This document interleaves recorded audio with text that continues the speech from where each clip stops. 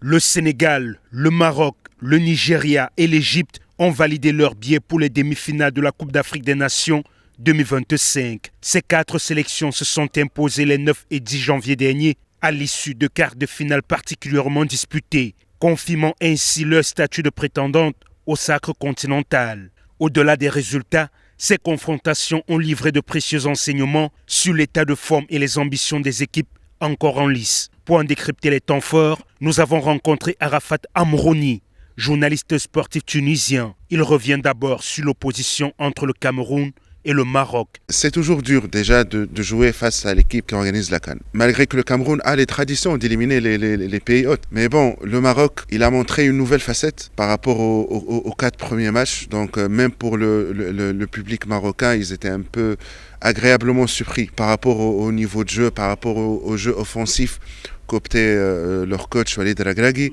Le Cameroun, il n'a pas peut-être trouvé son équilibre face à un nouveau style de jeu. Du coup, c'était un peu une surprise tactique pour le Cameroun.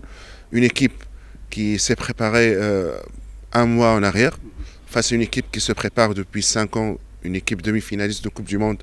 Le même coach depuis 2021 qui est encore en place. Pour Arafat Amrouni, le parcours du Nigeria n'a rien de surprenant. Une équipe déjà bien rodée, riche en talent et particulièrement organisée, qui apparaît naturellement comme un sérieux candidat à une place en finale. Le Nigeria peut être la meilleure sélection africaine actuellement, la meilleure sélection de la CAN peut-être s'il remporte la CAN, parce que là, niveau de jeu, il propose un jeu offensif. C'est une équipe où il est déjà, c'est une équipe pétrie de talent, pétrie de stars, Osimhen, Adams, Iwobi, Lookman.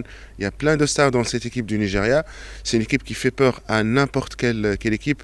Moi, personnellement, je la vois aller très très loin, même peut-être à remporter cette CAN. Parce que quand on voit le Maroc, les 4 premiers matchs, ils n'ont rien proposé pratiquement.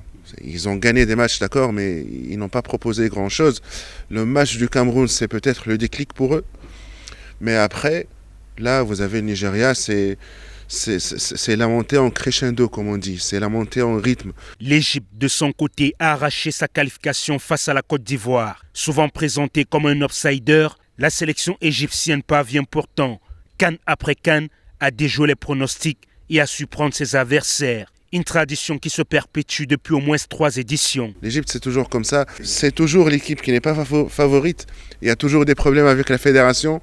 Il y a toujours des stars qui sont un peu éparpillées partout. Mais après, avec leur historique, avec leur tradition dans le foot africain, on peut même les trouver en finale maintenant. Donc il y a quand même...